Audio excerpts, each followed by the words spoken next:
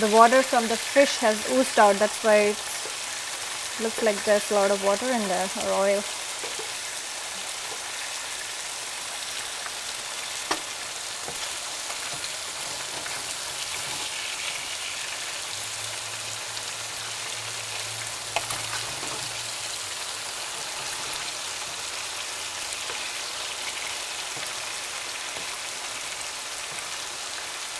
There we go. Now coming back to our onions. And now we're going to add some crushed ginger and garlic. So I'm going to crush it in my mortar and pestle. So I'll crush the ginger first.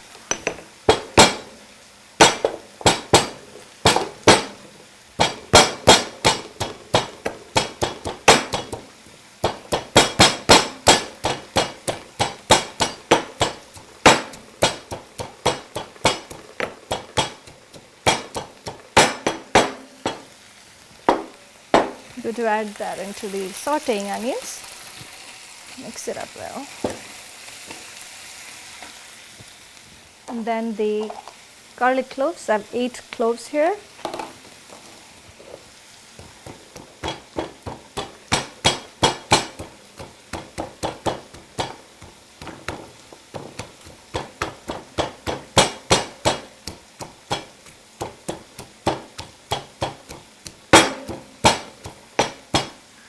Fresh garlic and ginger always taste really good in a curry.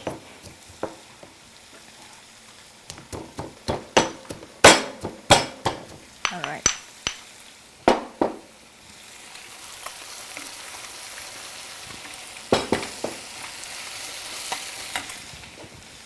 Next we're going to add green chilies. These are green chilies of Indian variety, and these are very important in this curry because we are not adding any red chili powder or cayenne pepper powder. So all the heat in the dish comes from these green chilies. So it's important to add at least 8 of them so that the dish is fairly spicy. If you want to decrease the heat at all, you can add like less, maybe 6. This is not too spicy because we're going to add coconut milk later, which will even out the heat. Take off the stems from at the ends, and we'll just slit it in half and add to it.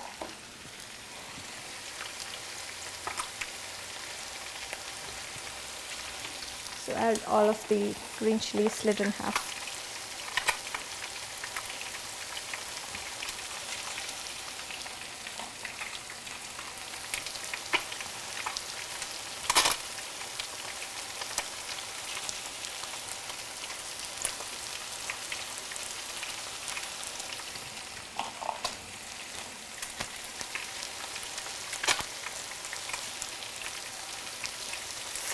Fish molly is usually served in Christian weddings in Kerala, even to this day.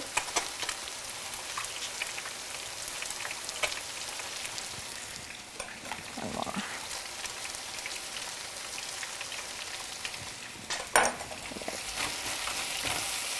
And mix it up well. So our fish has been fried in the other pan. Now we'll just let it rest, and in the meantime I'll show you the dilution of the coconut milk. So I have coconut milk here.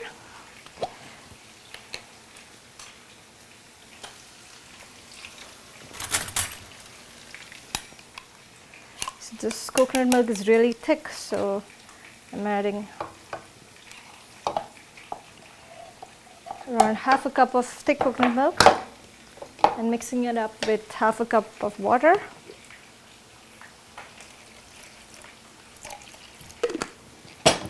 To make thin coconut milk.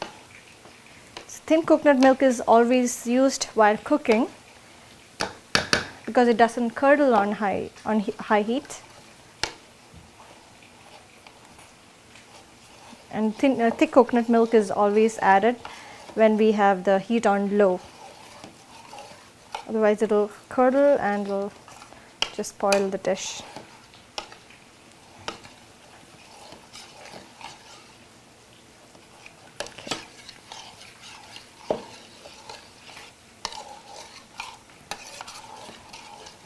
Now I'm going to add this thin coconut milk that we made here into the onion, ginger, green chili, garlic mixture here. So we are not waiting for it to turn to like golden brown color. We just want it to be soft. So this is soft enough now. And we're going to add the thin coconut milk to it.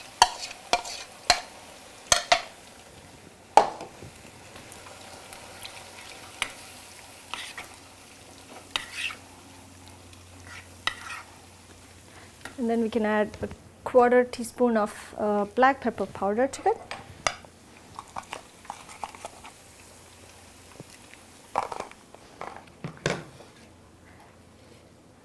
And a sprig of curry leaves. Curry leaves are used a lot in Kerala. They are really aromatic, and you get fresh curry leaves in Vancouver. We get it at the Indian store here as well. It is not as fresh though. And just let this turn up the heat and let it boil.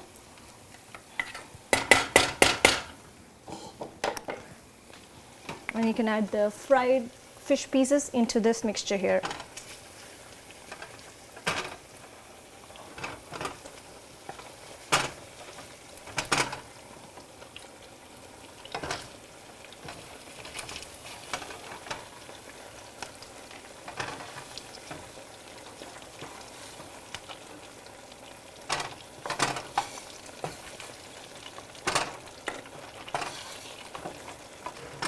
So we added turmeric to the marination of the fish.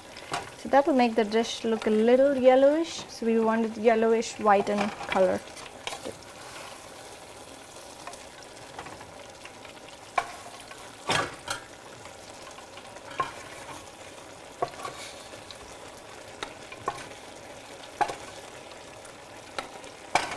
You can use any other kind of fish as well, like any other white fish. This is basa that I've used here. It's a catfish. It's really tasty.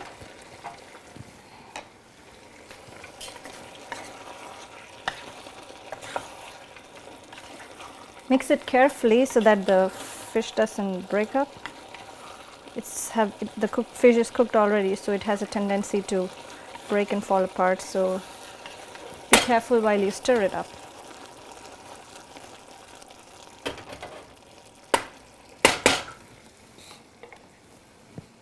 Now we can add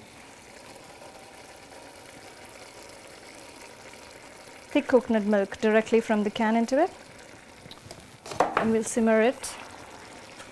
Okay. So now I'm just going to transfer the fish dish to the other stove and put the flat griddle here so that I can heat it up for my appams. And you can add cornstarch to it. I'm going to add a little bit of water to the cornstarch and mix it up and just add it to that. So that just gives a thick mixture of the fish. So I mean the fish gravy. That's why we're doing that. And put the lid back on and let it simmer for 2 minutes. Now our pan for the appam is hot. So our batter, which I showed you before, the fermented batter is ready here. I'm going to add around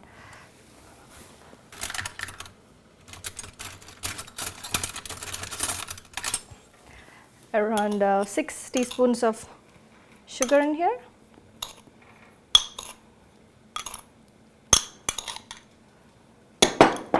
A little bit of salt, about half a teaspoon, and mix it up well.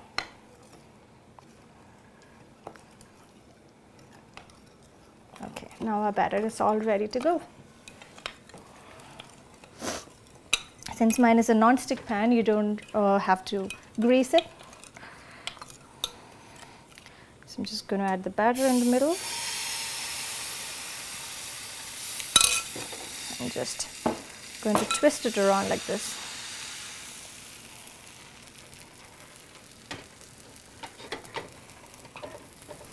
and put a lid on it. So we are not going to flip the pancake like we make pancakes.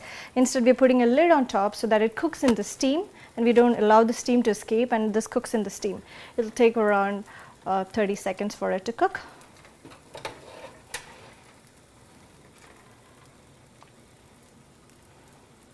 If I made it in the other bowl, it would have been really crispy around the edges and soft in the center. Unfortunately, I don't have a flame. So there it is. It's ready. One is ready. I'll just take it onto my bowl here. There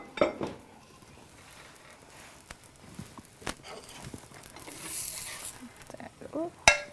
Making soft, nice, thin pancakes are ready.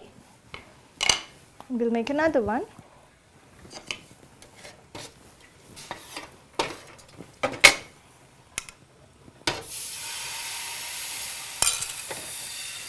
Just put batter in the middle and just twist it around and close it up.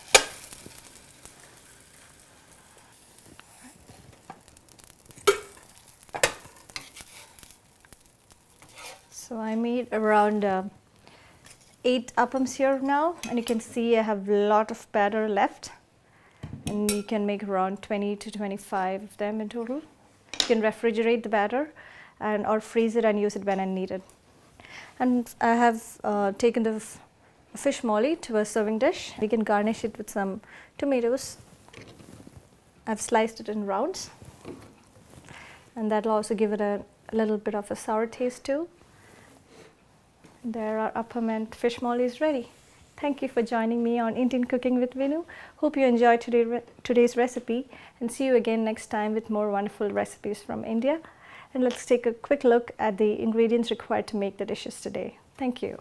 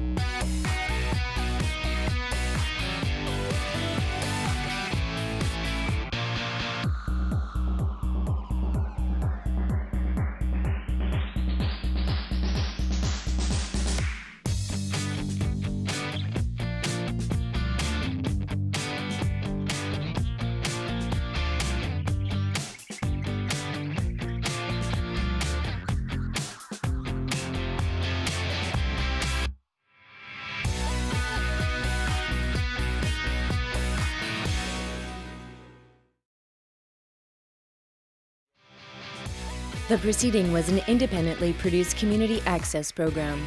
The viewpoints expressed are those of the community access producer and do not reflect those of Shaw Cable Systems. The program is presented in response to CRTC policy guidelines regulating community programming.